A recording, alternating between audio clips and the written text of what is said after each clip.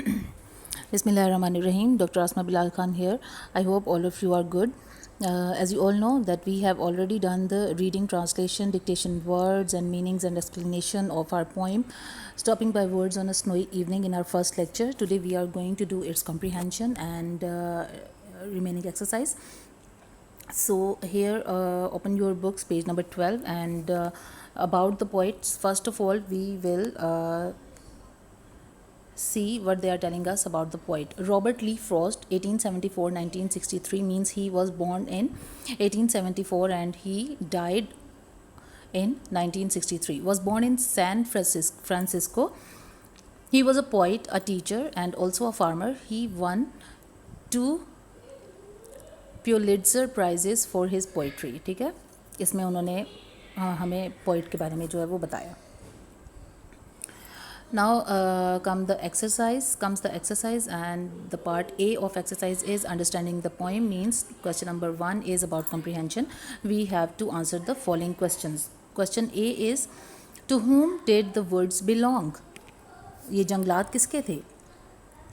इसका हम आंसर लिखेंगे. जो हमें पोइम जो हमने पढ़ी है उसमें से जो हमें समझ आई है, which we understand from our poem, is that the words belong to someone who lives in the village. The words belong to someone who lives in the village. इसका आंसर आप यहाँ से देंगे, ठीक है. तो लेकिन जब आप कॉपी में अपना आंसर स्टार्ट करेंगे तो you will write capital T. Okay, the words belong to someone who lives in the village. ये इसका आंसर है क्वेश्चन ए का. Question B is, did the rider see a farm house? इसका simple सा answer है no. उसको कोई farm house वहाँ पर नज़र आया था? नो, उसे कोई फार्म हाउस नज़र नहीं आया था, वो वैसे ही खड़ा हो गया था वहाँ पर, ठीक है. Question C is, during which season or month do you think this event took place? Give a reason for your answer. इसका आंसर है यहाँ से, ये मैंने मार्क किया हुआ है, this event took place in winter. और फिर आगे आपने लिखना है because there is no fall in the woods. हमें पता चल रहा है कि जो बर्फ़बारी हो रही है वहाँ पर, तो बर्फ़बारी जो है वो विंटर यानी कि विंटर सीज़न में होती है. गर्मियों में तो जो है वो बर्फ़बारी नहीं होती, इसलिए हमें इजीली पता चल रहा है कि ये विंटर सीज़न में ये वाक़या जो है वो पेश आया था, क्योंकि हर तरफ बर्फ़बारी हो रही थी. इसका आंसर है this event took place in winter because there is no fall in the woods. Question D is, what mood or atmosphere does this poem create? यानी कि किस किस्म का जो मूड है या किस किस्म का माहौल जो है ये पोइम को पढ़ते हुए हमें महसूस होता है. इसका आंसर यहाँ पे मैंने मार्क किया हुआ, this poem creates a mood off joyfulness and mystery. यानी कि इसमें एक तो हमें जो है एक मिस्ट्री है कि पता नहीं ये किसके वर्ड्स हैं, ठीक है, और वो कहाँ पे रहता है, और जो पोइट है यानी कि जो राइडर है वो क्यों वहाँ पर रुका है और वो क्या देख रहा है वहाँ पर, ठीक है. एक तो ये मिस्ट्री का थोड़ा सा जो है एटमॉस्फेयर बनता है, और दूसरा इसका मूड जो है वो जॉयफुलनेस का, यानी कि राइडर जो है वो खुश हो रहा है, he is enjoying the snowfall, और वो स्नोफॉल को यानी कि देखने के लिए रुक गया है वहाँ पर, और जो सा वो जंगलात को देख रहा है कि ये कितने गहरे और घने हैं, ठीक है. तो this was the mood. These questions are more difficult, discuss them first. Question E is, why do you think the rider stop by the woods? आपका क्या ख्याल है कि जो राइडर था यानी घोड़ा चलाने वाला जो था वो क्यों जंगलात के पास जो है वो रुका था? इसका आंसर मैंने यहाँ पे मार्क किया हुआ, the rider stop by the woods to see the snowfall and the depth of the woods, ठीक है. तो इसका आपने अपने वर्ड्स में आंसर देना है. ये जो तीनों क्वेश्चंस हैं ई, एफ और जी, ये आपने ओरली इनके आंसर्स जो है वो देने हैं, ठीक है. तो इसका ये था कि the rider stopped by the woods to see the snowfall and to enjoy the depth of the woods. जंगलात का जो गहराई है, घनापन है, वो ये देखना चाह रहा था, और दूसरा इसमें उसने जो है वो स्नोफॉल देख रहा था. Question F is, why was the horse puzzled? जो घोड़ा था वो क्यों परेशान हो गया था? घोड़ा इस वजह से परेशान हुआ था कि आसपास कोई रुकने की जगह नहीं थी, कोई फार्म हाउस, कोई घर नहीं था, तो वो ये इसलिए परेशान हो गया कि फिर मेरा मालिक जो है वो क्यों रुक गया, ठीक है. इसका आंसर होगा, the horse was puzzled because his master stopped without any apparent reason. Question G is, where do you think the rider was going? The rider was going somewhere to keep an appointment, यानी कि वो उसको कोई काम था और वो किसी काम से जा रहा था, ठीक है, क्योंकि वो एंड में हमें कहता है कि मैं मज़ीद इस जंगल को देखना चाहूँगा, इसको इंजॉय करना चाहूँगा, लेकिन ये जंगल बहुत गहरा है, इसलिए मैं इसमें अभी नहीं जाऊँगा क्योंकि मुझे अभी कुछ काम है, कुछ प्रोमिसेस मैंने किए हुए हैं जिनको मैंने पूरा करना है, ठीक है, और मुझे अभी मीलों तक अपना सफ़र जो है वो जारी रखना है। तो दिस वाज द कॉम्प्रीहेंशन। अब यहाँ पे ये क्वेश्चन नंबर 2 है, what is the rhyming pattern in the poem, do all the stanzas have the same pattern. ये आप क्वेश्चन जो है इसको आप रहने दें, इसको क्रॉस कर दें। Question number 3 is answer the following questions with reference to context. इसमें है ही gives his harness bells a shake to ask if there is some mistake. ये वाली जो लाइन है ये उन्होंने, ये 2 लाइन्स उन्होंने पोइम में से ली हैं और इसके बारे में अब उन्होंने क्वेश्चंस पूछे हैं। We have to answer these questions. Question A is who is he the poet is speaking about. इस लाइन में ही यानी कि कौन है, घोड़ा, ठीक है, horse. What is a harness, harness क्या है, इसका आंसर जो है आपको यहाँ पे ये वर्ड्स टू नो में यहाँ पे मिल जाएगा। Harness, harness is the leather straps and belts use to control a horse, ठीक है, चमड़े का जो बना हुआ सामान होता है जो घोड़े को लगाम देने के लिए इस्तेमाल होता है, ठीक है, ये इसका आंसर है। और क्वेश्चन सी है, what is the possible mistake, यानी कि क्या, यानी कि मिस्टेक जो है वो हुई थी। The possible mistake is to stop without any farm house nearby, यानी कि कोई भी फार्म हाउस नियर बाय नहीं था और वो रुक गया था। तो ये तो हो गई हमारी जो है वो कॉम्प्रीहेंशन। अब हम we will move to page number 13 and here we are going to do the part B and that is about vocabulary, working with words.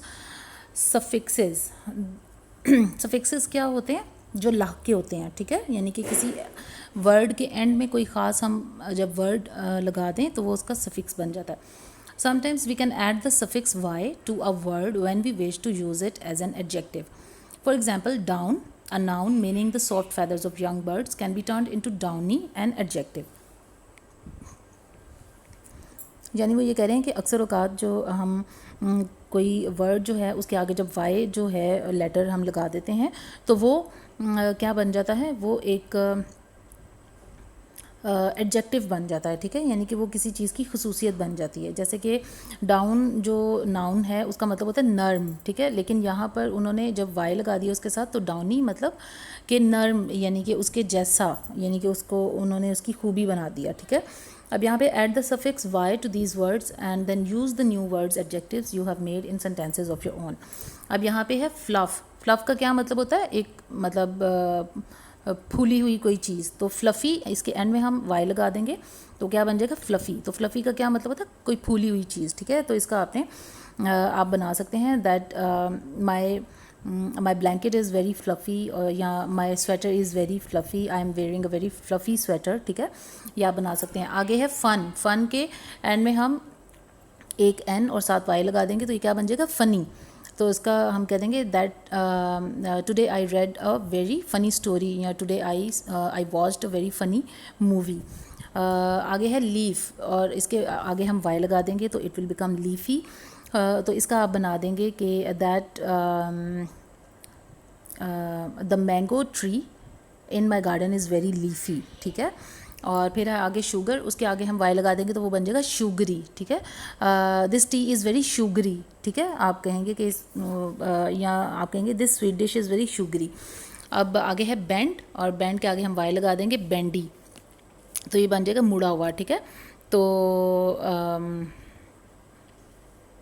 आप इसका बना सकते हैं I have a very bendy question in my mind, ठीक है, इस तरह करके आप जो है वो कर सकते हैं।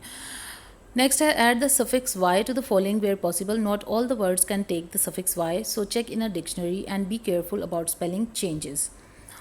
इस बॉक्स में यहाँ पे उन्होंने कहा है कि इधर भी कुछ वर्ड्स के साथ वाई सफिक्स जो है वो ऐड होगा और कुछ के साथ नहीं होगा, इसलिए आप जो है वो डिक्शनरी को जो है वो कंसल्ट कर लें इसके लिए। तो इधर ये मैंने ये लिखा हुआ है जिनके साथ वाई ऐड होगा, वो है थॉर्नी, ठीक है, शेडी, शेडी में यहाँ पे ई, शेड का ई हम कट करके वहाँ पे we will write Y and it will become shady. यहाँ पे ये snowy and this will become sunny, ये सारे जो हैं हो जाएंगे। Abbreviations, next topic is abbreviations. Do you remember what an abbreviation is? It's a short form of writing something, usually only the important words have their initial letters in the abbreviations. For example जैसे हम doctor जो है उसके पूरे जो spellings हैं वो होते हैं ये DOCTOR, लेकिन हम जब किसी के नाम के साथ डॉक्टर लगाते हैं तो हम क्या करते हैं, हम सिर्फ ये एब्रीविएशन यूज़ करते हैं DR, जिससे हमें पता चल जाता है कि वो क्या है, डॉक्टर है। ठीक है, इसी तरह जैसे हम कहते हैं कि उसने जो है वो FA किया है। ठीक है, FA, ये FA जो है ये किसी वर्ड की एब्रीविएशन है, जिसमें से हमने जो इम्पोर्टेंट जो लेटर्स हैं वो चूज़ करके तो उसकी एब्रीविएशन बना दी है। और असल में ये वर्ड क्या है, familiar of arts. Familiar of arts को हम FA कह देते हैं। ठीक है, ये एक डिग्री का नाम होता है जिसको हम FA कह देते हैं। इसी तरह ये जो शॉर्ट फॉर्म वर्ड्स होते हैं जो हम कुछ वर्ड्स के लिए आमतौर पे इस्तेमाल करते हैं उनको हम एब्रीविएशंस कहते हैं। For example bachelor of arts is not BOA but BA, हम कहते हैं उसने BA किया हुआ है। ठीक है, तो वो BA क्या होता है, BA होता है, जैसे मैंने अभी आपको FA के बारे में बताया, तो BA क्या होता है, बैचलर ऑफ का जो O है वो हम नहीं लिखते। ठीक है, आर्ट्स का खाली हम A लिख देते हैं, तो ये क्या बन जाता है, बैचलर ऑफ आर्ट्स की क्या एब्रीविएशन बन जाती है, BA। इस तरह they have shown us some words and they have asked us to write their abbreviations. See if you can write abbreviations for the following. Number 1 है master of science. Master of science हम किसे कहते हैं, MSc को। ठीक है, B is his और हर majesty, HM। ठीक है, HM हम कहते हैं। Member of parliament MP, master of arts MA, school leaving certificate SLC, doctor of medicine MD, trade union TU, doctor of philosophy PhD, south east SE, bachelor of education B.Ed। ठीक है, तो ये आप लोगों को मैंने बताया, ये आप करें। Next topic is contractions. Contractions क्या होती हैं, जब एक पूरे किसी बड़े वर्ड को हम जो है वो कॉमास बीच में ऐड करके उसके कुछ जो स्पेलिंग्स हैं वो हम मिस कर दें और बाकी के हम लिख दें। ठीक है, उसको हम कॉन्ट्रैक्शंस कहते हैं। जैसे कि आप यहाँ पे देख सकते हैं, right the short form contractions for the following. ये IM जो है लिखा हुआ है। ठीक है, IM। अब अक्सर औकात क्या होता है, हम लोग I और साथ ये कोमा लगाकर खाली M लिख देते हैं। ठीक है, ये कोमा होता है यहाँ पर, और यानी कि हम ये A जो है इसको स्किप कर देते हैं और इसको, क्योंकि हम जैसे बोलते हैं I'm, ठीक है, तो I'm में हम I और इसका ये जो A है इसको स्किप कर देते हैं, तो उसकी जगह हम कोमा लगा देते हैं और यहाँ पे खाली M लिख देते हैं, तो क्या बन जाता है, IM। ठीक है, ये इसकी कॉन्ट्रैक्शन फॉर्म हो गई। इसी तरह ये बाकी सब ये कि मैं हैव नोट का जो है वो हैवंट हो जाता है, दे हैव का दे हैव, वी आर का वी आर। ठीक है, कैन नॉट का कांट, दे विल का देल, शैल नॉट का शैल नॉट। ठीक है, इसमें नॉट का हम ओ जो है वो स्किप कर देते हैं। इट इज़ का होता है इट्स, दे आर का दे आर, विल नॉट का होता है वॉन्ट, आई वुड का होता है आईड, शी विल का होता है शील। ठीक है, तो ये इसकी कॉन्ट्रैक्शंस है, ये मैंने आपको बता दी हैं। Now learning about language, grammar part आगे। यहाँ पे हम नाउन्स और वर्ब्स के बारे में देखेंगे। Look at the sentences below. He gives his harness bells a shake, they shake the branches and the fruit falls off. The word shake is used as a noun in the first sentence and as a verb in the second. उन्होंने कहा कि ये एक ही word है shake, लेकिन पहले sentence में वो एज अ नाउन यूज़ हो रहा है, यानी कि वो किसी चीज़ का नाम की तौर पे यूज़ हो रहा है, और सेकंड सेंटेंस में ये एक वर्ब के तौर पे यूज़ हो रहा है, यानी कि उसमें हम इसको किसी काम के करने या होने का जो है उसकी सेंस में हम यूज़ कर रहे हैं। Below are some words that may be used as nouns और verbs. Number 1, use the words in sentences of your own, once as a noun and once as a verb. अब इसमें जो है वो जैसे उन्होंने बताया हुआ है कि ये पहला वर्ड है लाइन। ठीक है, लाइन जो है इसको आप अगर नाउन के तौर पे हम इस्तेमाल करेंगे तो इसका हमें इजीली इसका हम बना लेंगे कि जौन सा स्टैंड इन अ लाइन या मेक अ लाइन, जो हम आम तौर पे अपने स्कूल में भी इस्तेमाल करते हैं ये लाइंस। ठीक है, तो या होता है इरेज दिस लाइन या राइट दिस लाइन। ठीक है, कुछ भी आप इसका बना लें। और जब हम इसको कहते हैं कि लाइन होना यानी कि एक कतार में खड़े होना, तो हम कैसे कहते हैं कि तरतीबवार रखे होना किसी चीज़ को। ठीक है, तो हम उसको कहेंगे जैसे कि उसके कपड़े तरतीब से रखे हुए थे। His clothes were lined in a good manner, his clothes were lined in the cupboard. ठीक है, उसके कपड़े अलमारी में तरतीब से रखे हुए थे। ठीक है, बी जो वर्ड है वो है सरफेस। सरफेस का जब हम कहते हैं कि किसी चीज़ की सतह के तौर पे हम कहते हैं। ठीक है,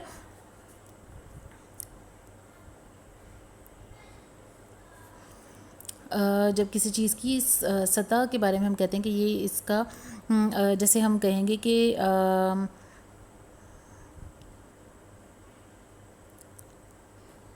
we saw some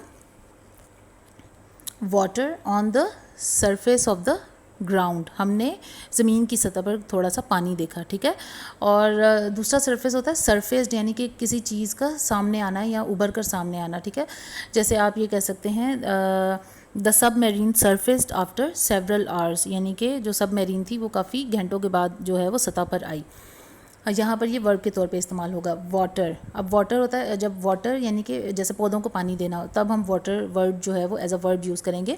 I have to water the plants, ठीक है। तो यहाँ पे वाटर जो है एज अ वर्ब यूज़ होगा। और दूसरी तौर पे हम इस्तेमाल कर सकते हैं कि जी मुझे पानी ला कर दो, या fetch me a glass of water, ठीक है, इस तरह करके।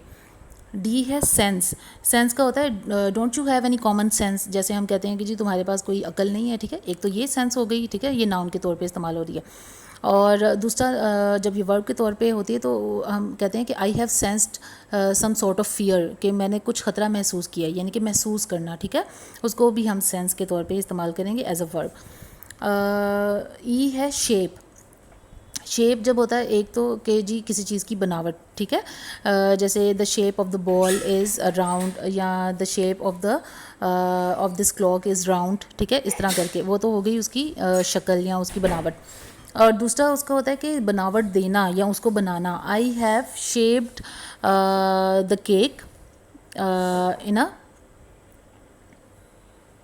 आई have shaped the cake in a circle, या I have shaped this cake in a rectangle, कि मैंने इस केक को एक रेक्टेंगल की या सर्कल की शेप दी है, ठीक है।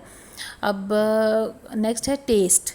टेस्ट जब हम कहते हैं इसका जायका बहुत अच्छा है, it has a very good taste, ठीक है। यहाँ पे ये एज अ नाउन यूज़ हो रहा है। लेकिन दूसरी जगह पे जब हम कहते हैं कि उसने इसको चखा, यानी कि उसने किसी चीज़ को चखा, ठीक है, तो तब ये जो टेस्ट वर्ड है ये एज अ वर्ब यूज़ होगा। जैसे कि I have tested this fish before, कि मैंने ये जो मछली है ये पहले भी चखी हुई है, ठीक है। इसी तरह नंबर जी है स्विम। नेक्स्ट वर्ड है स्विम। स्विम में जब हम कहते हैं कि जी जब वो इसको जैसे हम कहते हैं कि वो बहुत तेज़ जो है वो तैर सकता है, तो हम यहाँ पर इसको एज अ वर्ब यूज़ करेंगे कि Ali can swim very fast, ठीक है। और जब हम कहेंगे कि जी चलो आओ तैराकी करते हैं या थोड़ा सा तैरते हैं, तो यहाँ पर हम स्विम को एज अ नाउन यूज़ करेंगे, जैसे let's have a swim in the lake, ठीक है। इस तरह ये सब मैंने आपको बता दिए हैं। अब ये आप लोग जो है वो इनको अपनी कॉपीज़ में करें। And next question is state whether the underlined words are nouns और वर्ब्स। अब ये मैंने जो है इसको पहले से ऑलरेडी किया हुआ है। Time should not be wasted, यहाँ पे जो है टाइम ये एज अ नाउन इस्तेमाल हो रहा है। We can easily time how long it will take by using a stopwatch. यहाँ पे टाइम जो है वर्ब के तौर पे यूज़ हो रहा है कि हम ईजिली जो है वो ये पता लगा सकते हैं एक स्टॉप वॉच देख कर। The flies settled on the piece of bread, यहाँ पे फ्लाइज जो है वो नाउन है, यानी मक्खियों को कहा गया। He flies to many different countries each year, यहाँ पे फ्लाइज जो है वो वर्ब के तौर पे इस्तेमाल हो रहा है कि वो बहुत सारे मुल्कों में गया हुआ है, ठीक है। यानी फ्लाइज यानी कि ये नहीं कि वो खुद उड़ के गया हुआ है, यानी कि वो एरोप्लेन के थ्रू जो है उसने काफ़ी मुल्कों का सफ़र किया हुआ है। वी रेंट एन अपार्टमेंट, यहाँ पे ये वर्ब के तौर पे यूज़ होगा। ये सॉरी यहाँ पे नाउन लिखा हुआ है बच्चे ने, लेकिन यहाँ पे ये वर्ब यूज़ होगा, ठीक है। वी रेंट एन अपार्टमेंट, कि हमने एक अपार्टमेंट जो है वो किराए पर दिया हुआ है, ठीक है। She pays rent for her apartment, ये यहाँ पर नाउन के तौर पे यूज़ होगा कि वो अपने अपार्टमेंट का किराया देती है, ठीक है। तो ये हो गया। अब हमारा नेक्स्ट पार्ट है listening and speaking. Say the following aloud clearly and slowly. Step along the steep deep dip but don't trip. Look at the dull fool pull the boot out of the cool pool with his foot. Sheila sells seashells when she's not sewing Shepherd's socks. ये आपने पढ़ना है, ठीक है। इसी तरह अब next है हमारा composition. Write a paragraph or two about where the rider might have been going, what work did he have, who was he going to see, did anything happen to him. इसके बारे में आपने खुद से सोच के जो है वो लिखना है कि जी वो राइडर जो है वो कहाँ जा रहा था, उसने किससे मिलना था, क्या अपॉइंटमेंट थी उसकी। तो उसके बारे में आप लिख सकते हैं कि उस राइडर ने जो है वो बादशाह के दरबार में जाना था और वहाँ पे उसने कुछ ज़रूरी जो सामान है या उसने जो है वो किसी दूसरे मुल्क से वो क्या लेकर आ रहा था, कोई ज़रूरी सामान या कोई ज़रूरी ख़त जो है, अहम ख़त वो लेकर जा रहा था बादशाह के पास और उसने वो उसे देना था। तो इसलिए उसे अभी बहुत लंबा सफ़र तय करना था। तो ये आप जो है वो इसको पहले उर्दू में लिखें अपनी कॉपीज़ पर, रफ़ कॉपीज़ पर, और फिर इसको इंग्लिश में ट्रांसलेट करें तो आप इजीली इसके बारे में लिख सकते हैं। और फिर ये पूरा काम जो है ये आप लोगों ने पूरे वीक में इस पूरी पोइम को जो है वो कंप्लीट करना है। ये हमारी पोइम अब कंप्लीट हो चुकी है। आपने सबसे पहले इसकी रीडिंग करनी है, फिर ट्रांसलेशन, और फिर इसकी डिक्टेशन, वर्ड्स मीनिंग्स, और फिर इसकी जो कम्प्रीहेंशन और बाकी एक्सरसाइज, ये पूरा आपने एक वीक का काम है। ये आपने पूरे वीक में कंप्लीट करके मुझे आपने फिर इसकी पिक्चर्स और वीडियोस वगैरह सेंड करनी है। फिर हम इस जून के मंथ के एंड तक जितना पढ़ चुके होंगे उसका पूरा हम एक मंथली टेस्ट ले लेंगे और फिर इसको हम फिर जो है वो फाइनल पेपर्स में आके इस मंथली टेस्ट के मार्क्स जो है वो ऐड करेंगे इंशाल्लाह। टिल देन टेक केयर, अल्लाह हाफिज़।